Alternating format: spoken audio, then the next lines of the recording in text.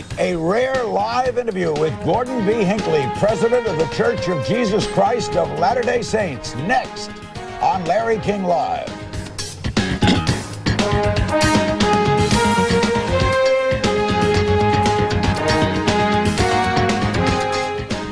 He's one of the distinguished religious leaders in the world. It's an honor to have him as our guest tonight for the full hour. Later we'll be including your phone calls. He's Gordon Hinckley. Gordon B. Hinckley is president of the Church of Jesus Christ of Latter-day Saints, commonly known as the Mormons. He is 88 and a half years old. Correct. Do you think like maybe retiring? Oh, no, there's no chance. Got to keep going right to the end. You're going to go till the calling comes. Right. What does the president entail? I've heard it, you called a prophet. Are you when you speak, do you speak for the church? I speak for the church, yes, I think so. Yes. And this is a position that you're appointed. How do you get this? How do you get to be president? You're appointed a member of the Council of 12 and you outlive everybody else. Senior member of the 12 becomes the president of the church. The council takes turns. Right. We'll cover some little bit about the faith and then lots of issues. Why are you a Mormon? Oh, I believe in it. I believe very strongly in it. Were you born into it? I come from a Mormon background. I'm the third generation in the church, only the third, from pioneer days. My grandfather came across the plains in a wagon with oxen, and my father was active in the church. I'm here, a part of it. As a young man, I went on a mission and came back, and I've moved up through the various steps. All your life has been in the church? Yes, because when I came home from my mission, I'd received my bachelor's degree before I went on a mission. That's unusual now, but it was not uncommon then. And when I came back, the heads of the church asked me to come and work there, and I pioneered in the public relations work of the church. And you're the one taking this church even wider worldwide. I hope in the so. Past, right? What's your goal? My goal is to move it as fast and as solidly across the world as we can. How many countries are you in? 161. Time magazine reported that you have the church has over 10 million members worldwide, right? Yes, sir. Half in America. Yes, approximately. And it's growing outside as well as inside. Absolutely, yes. How about the wealth? Why is your church so wealthy? I mean, at 5.9 billion. Well, I don't know about that figure, but we get along. We have enough to take care of what we need to do.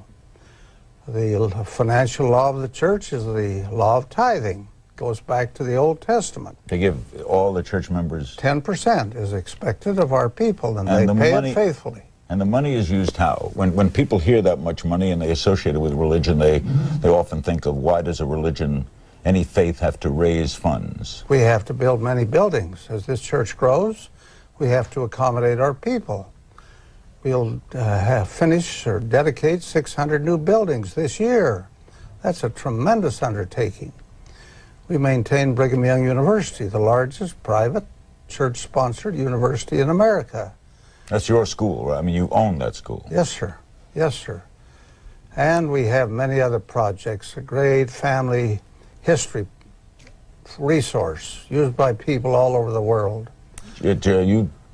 You check the genealogy, right? Yes, sir. Yes, sir. In Israel, they work with you. If you'd like to know about Larry King Live, we'd probably have a record on you.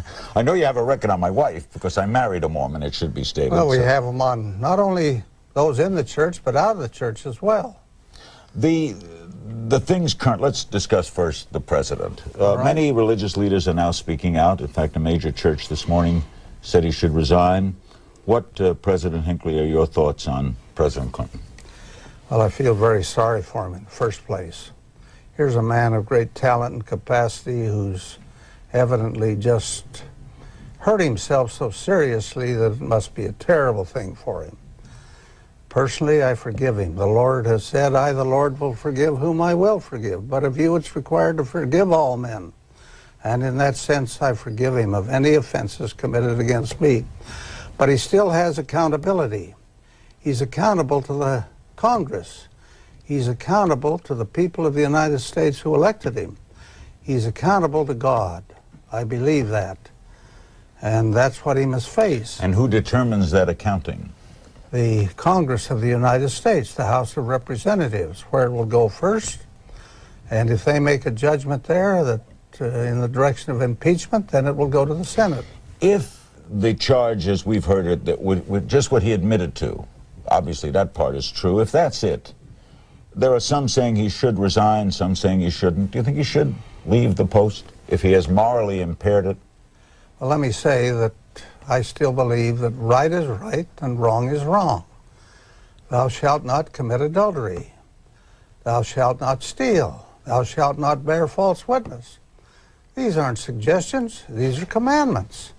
It was a fait accompli. It was not Given by negotiated. Jehovah on Sinai.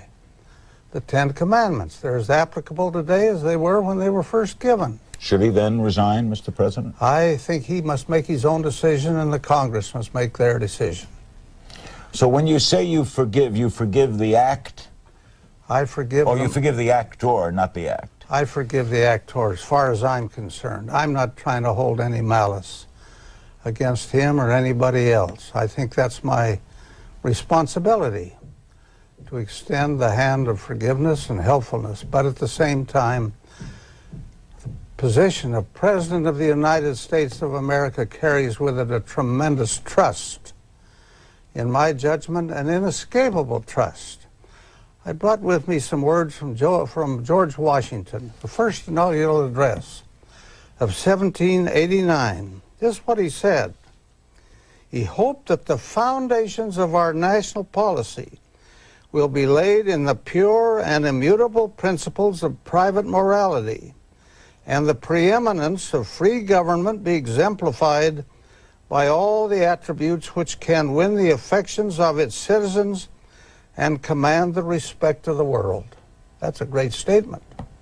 Is it asking too much of our public servants to not only make of this nation the greatest nation on earth politically, militarily, but also to give moral leadership to the world? What do you think it's done to the country?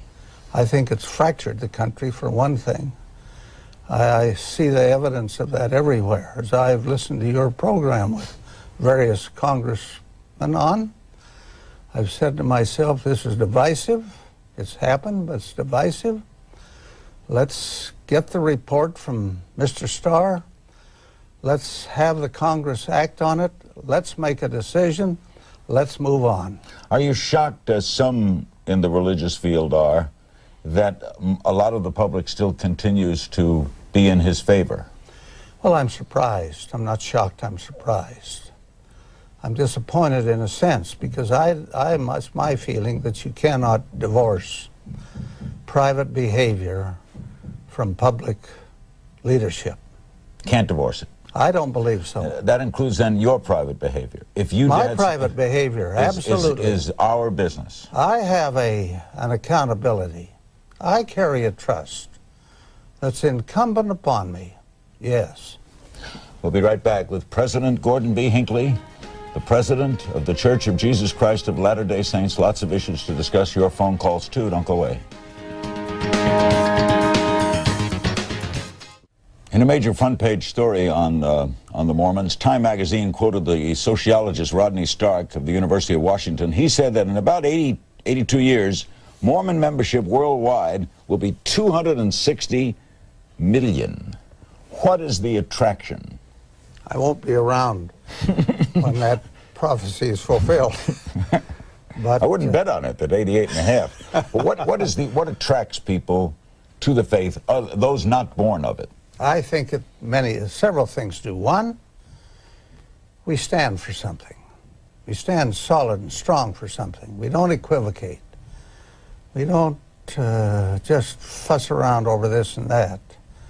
People are looking for something in this world of shifting values, of anchors that are slipping. Many people are looking for something that they can hold on to, an anchor to which they can attach their lives. That's one thing. Two, we expect things of our people. We expect them to do things. We expect them to measure up to certain standards. It isn't always easy to be a member of this church. It's demanding, but it's wonderfully fruitful and has a tremendous effect upon people. You require helping people less fortunate, right? Yes, sir, we do. Are people ever thrown out of your church? Yes. For? doing what they shouldn't do, preaching false doctrine, speaking out publicly. They can carry all the opinion they wish within their heads, so to speak. But if they begin to try to persuade others, then they may be called in to a disciplinary council. Right now, We don't excommunicate many, but we do some. concerning morality, in the past, the church has had some problems in this area. One was the racial area. The Yeah. story was that blacks couldn't attain any hierarchy. Right? Is that changed? Yes, it has. In 1978, that was changed. We now work strongly among the blacks. I've been to Africa recently, up and down that continent, meeting with wonderful people, great leaders. All of our local leaders are local people who work on a volunteer basis.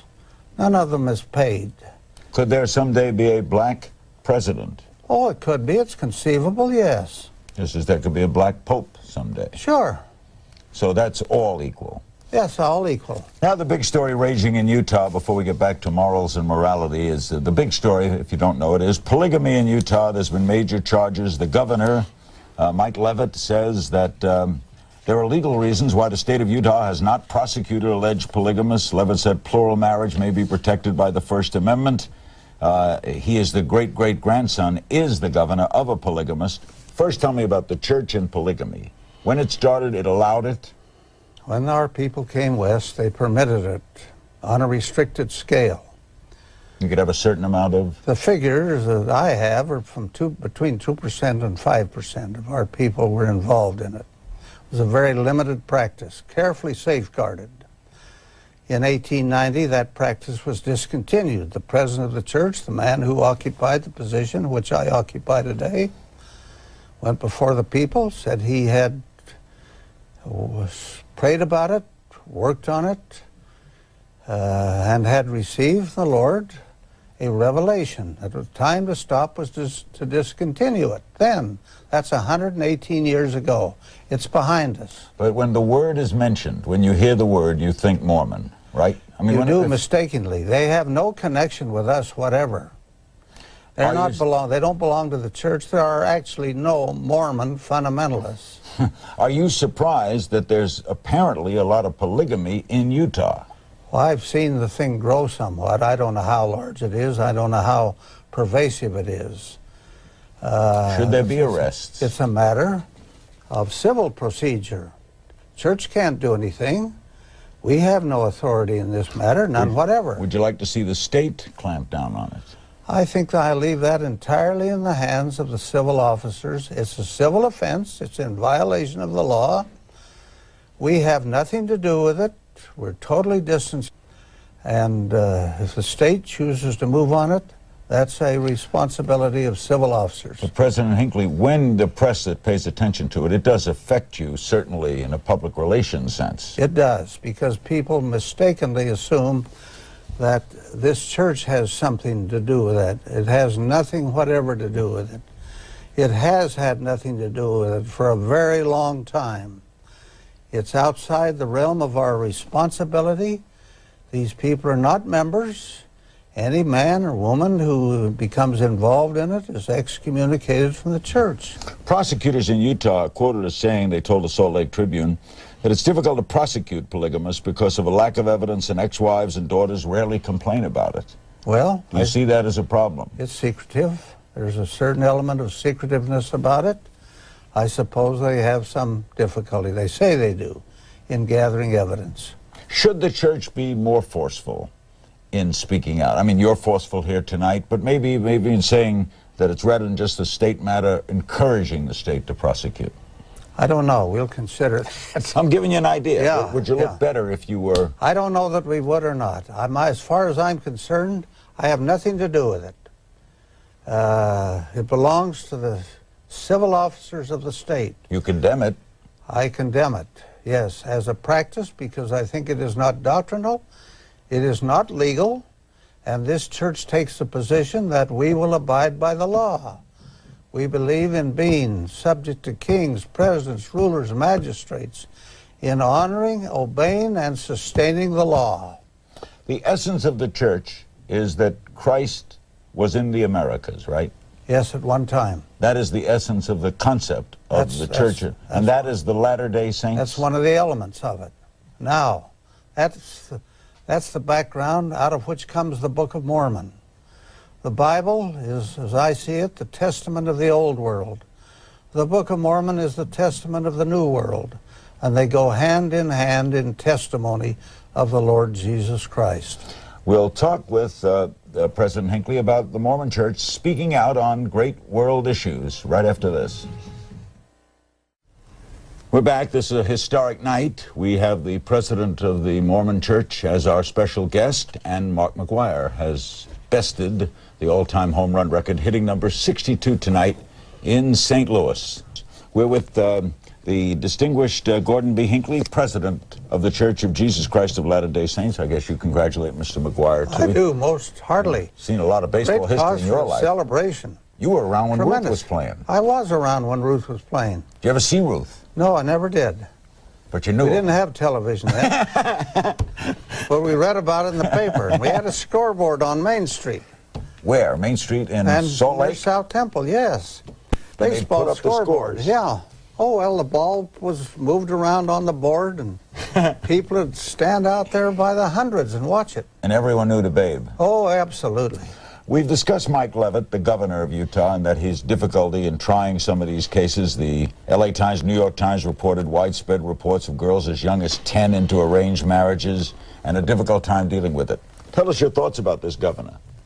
Well, the governor is a native of Utah, young man, part of the economy and the insurance business, other things. Grew up there. I know his father and mother well. I know him well. I regard him as a good man, doing a good job. Is this a tough spot for him? It's a tough spot for him. He's dependent on the county attorneys, the prosecuting attorneys. They have to make the decision on this matter. Why would they be hesitant, do you think? No, I don't know.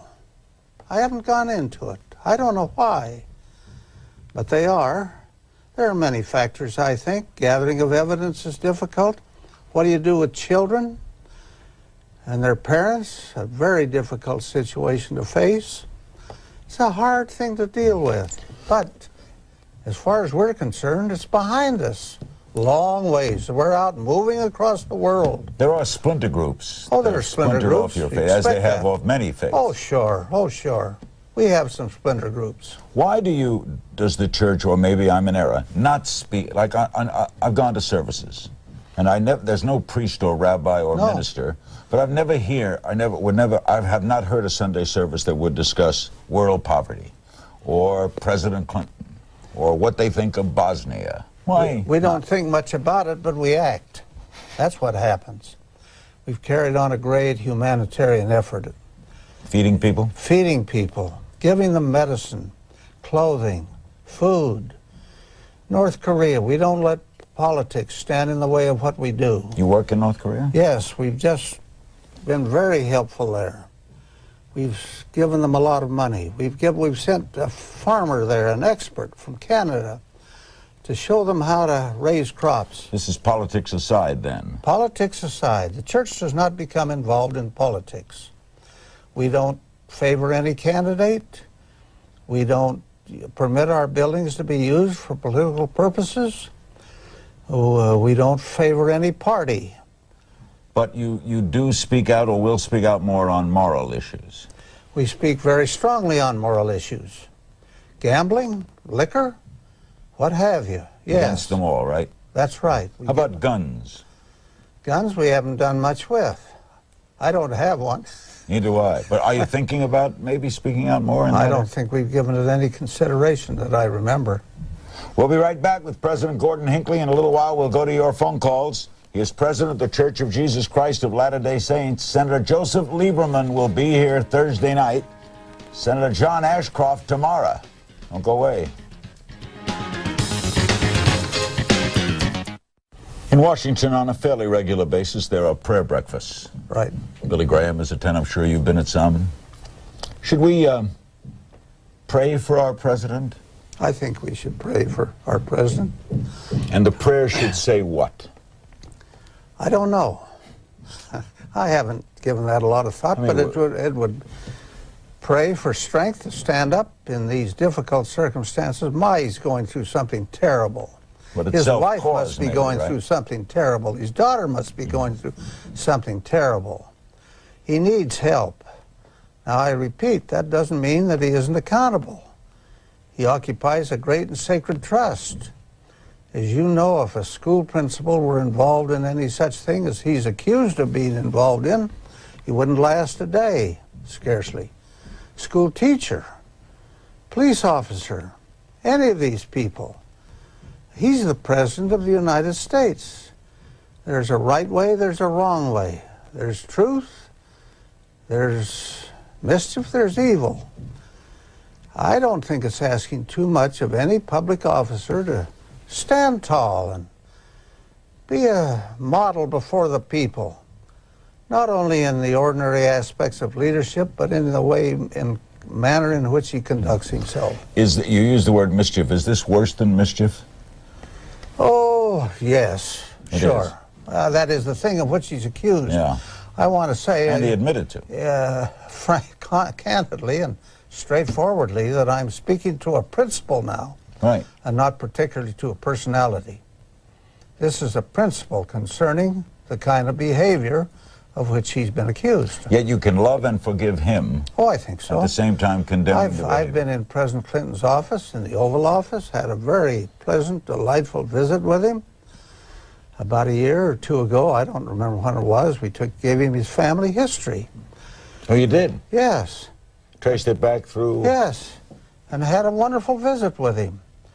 The man has tremendous ability, tremendous capacity. Now he jeopardizes all of that with this kind of thing. It's just a tragedy. You knew President Reagan, too, did you not? Yes, yes. Presented his family history to him. I thought you'd bring mine tonight. Anyway, we'll be right back with President Gordon B. Hinckley of the Church of Jesus Christ of Latter-day Saints with your phone calls next. Don't go away. Mormons are certainly famous for having children. In fact, I believe one of your hospitals in Salt Lake City is the busiest maternity ward in America. I don't know. Well, in that, and I know I'm not. In that regard, what does this current tribulation with the president say or do to children, do you think? Oh, I think it has a corrosive influence on everybody.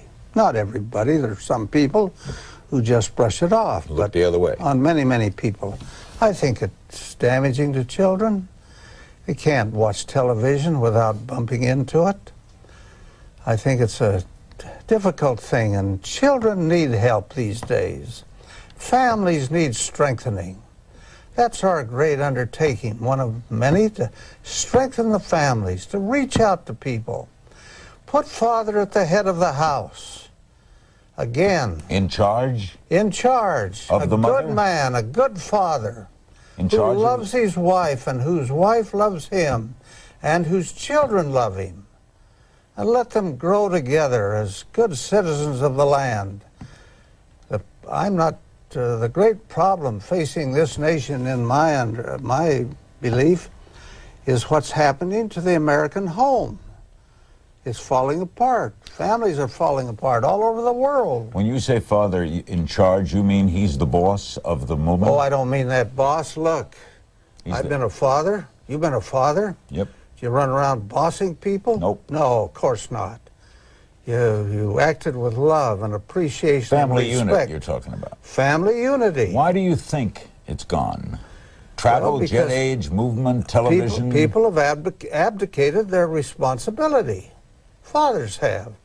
I read in the Reader's Digest some years ago an article by a judge in New York who said that his experience indicated that the problem with the families falling apart was that there was no father in that family.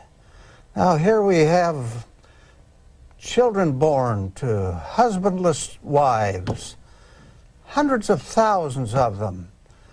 23% of the births in the United States into fatherless homes. With that kind of phenomenon going on, what do you expect? What do you feel about the effect of all of this on Chelsea Clinton? Well, I can only guess. That's purely speculative, but I think it would be very, very difficult. Very difficult. I think it'd be difficult on any child.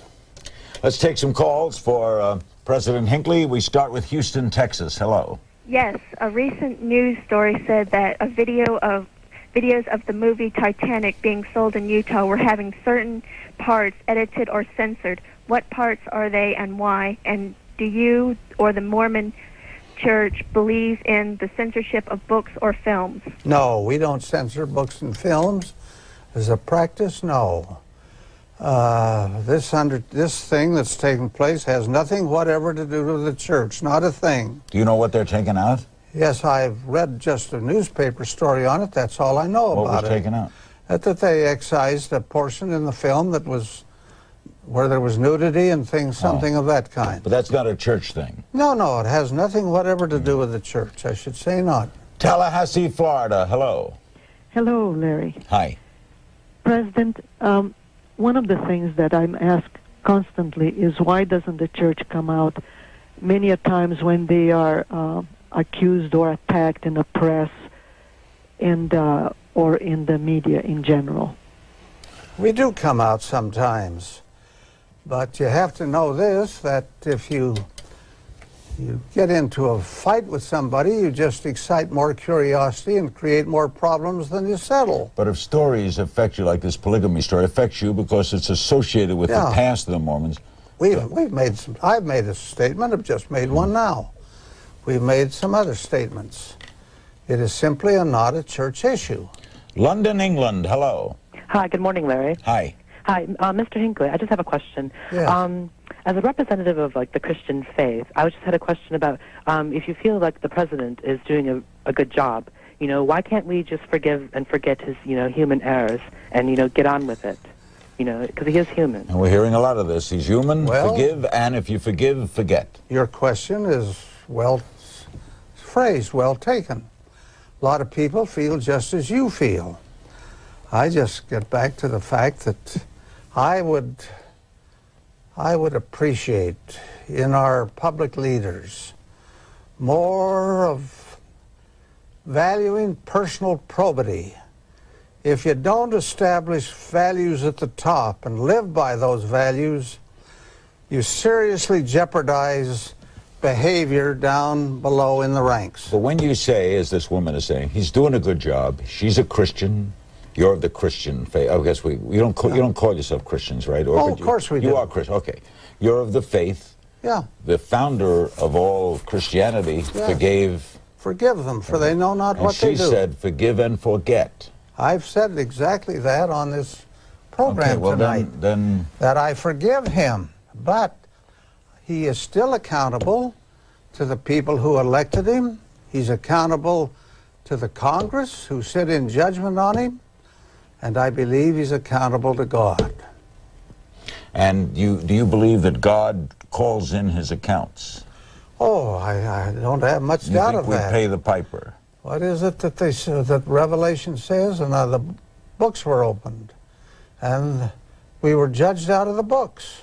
Sure, I think we have to stand before God and make an accounting of our lives. We'll be right back. God expects something of us. Do you ever doubt your faith? No. We'll be right back with President Hinckley on Larry King Live after this. Before we take our next call, apparently there's a lack of clarity in some area. A lot of people calling in. If he asked you, would you recommend resignation, or would you say wait till Congress hears it? On a pure personal recommendation basis. I would say wait till Congress acts on it. He hasn't been convicted of anything. He's made certain admissions, but he has not been convicted of malfeasance in office or any of those things. I would let it take its course. Do you fear the worst in the Starr report? On personal fear? No, I don't. You don't? I haven't. No, I don't think so. Because there are a lot of rumors. Oh, there are rumors all over the place. Washington leaks like a sieve. Louisville, Kentucky, with President Hinckley. Hello. Hello, this is Hugh Elgin, and my question is to Mr. Hinckley. If I just read the Bible, the Old Testament, the New Testament, and preach out of it, is that incomplete? In other words, do I need to read the Book of Mormon and preach it as well? Or can I just get by on the Old and New Testament? As you read the Bible, you will find the statement, "In the mouths of 2 or more witnesses shall all things be established." That is a biblical statement. The Bible is a witness of the divinity of Christ. The Book of Mormon, we assert, is also a witness of the divinity of Christ. And those two, hand in hand, become two voices speaking in declaration of the divinity of the Lord. So you should refer to and read from 3 books. 2 books. Old Testament, New Testament, and the Book of Mormon. That's yes. 3 books, right? Yes, yes, okay. yes. When someone only preaches the New Testament, are they in error? Oh, I don't know they're in error. They're going as far as they feel disposed to go. And the Old Testament as far as they feel disposed to? Yes. And you're saying to them, bring your faith with you, right? Sure. You're not saying leave your Catholicism. I say this to other people. You develop all the good you can. We have no animosity toward any other church. We do not oppose other churches. We never speak negatively of other churches. We say to people, you bring all the good that you have, and let us see if we can add to it. Salt Lake City, Utah, hello. Hello. How you doing, Larry? Hi, I'm fine. Hey, I was wondering about some of the guidelines and dietary restrictions Mormons live by and how strictly members follow them. Because I was reading once the Word of Wisdom. My impression was that its major point was that one should respect all life, including animals, and as such, only consume them when absolutely necessary to sustain life, and to then eat them sparingly. But I've noticed that this is rarely followed by Mormons, and I'm wondering if this has something to do with, as reported by Time magazine. Okay, President? Oh, I don't know. You've read a part of the Word of Wisdom. The Word of Wisdom covers many things. It covers the excessive use of meat, as I see it. It covers in a very particular way the use of tobacco and alcohol. By saying no. By proscribing those things. No to caffeine. No to caffeine, coffee, and tea. Dietary laws in yes. the Old Testament were based on the health of animals and stuff. Yeah.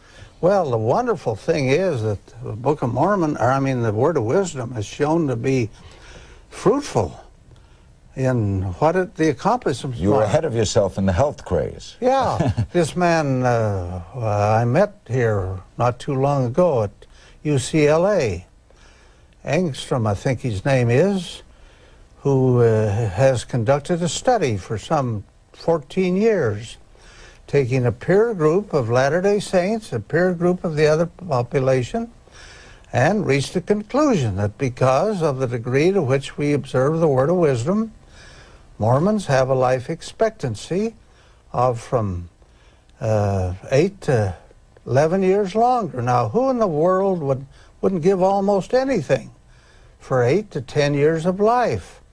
I have here with me right now a statement from the Los Angeles Times on this very fact. The study conducted by UCLA tracked the morality rates and health practices of nearly 10,000 California high priests and their wives for 14 years. As a follow-up to research Engstrom published in 1989, the study confirms that the healthiest active Mormons have a life expectancy that is 8 to 11 years longer than that of the general white population in the U.S., close quote. Based on those figures, my wife will outlive me by 67 years. I wouldn't be surprised. Neither would I. We'll be right back. Don't go away. We're back with President Gordon B. Hinckley of the Church of Jesus Christ of Latter-day Saints, and we go to St. George, Utah. Hello. Hi. This is a question for President Hinckley. Excuse me. Sure. Number one, I'd like to say it's good to see you in good health. And two, I have a question. What would your counsel be for us of the church regarding this President Clinton issue? Counsel to whom, sir?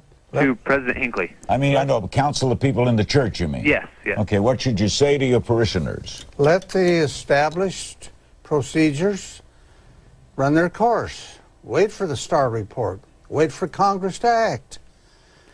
We don't condemn until there has been some He's admitted to. thing that he has admitted that we're disappointed in, seriously so.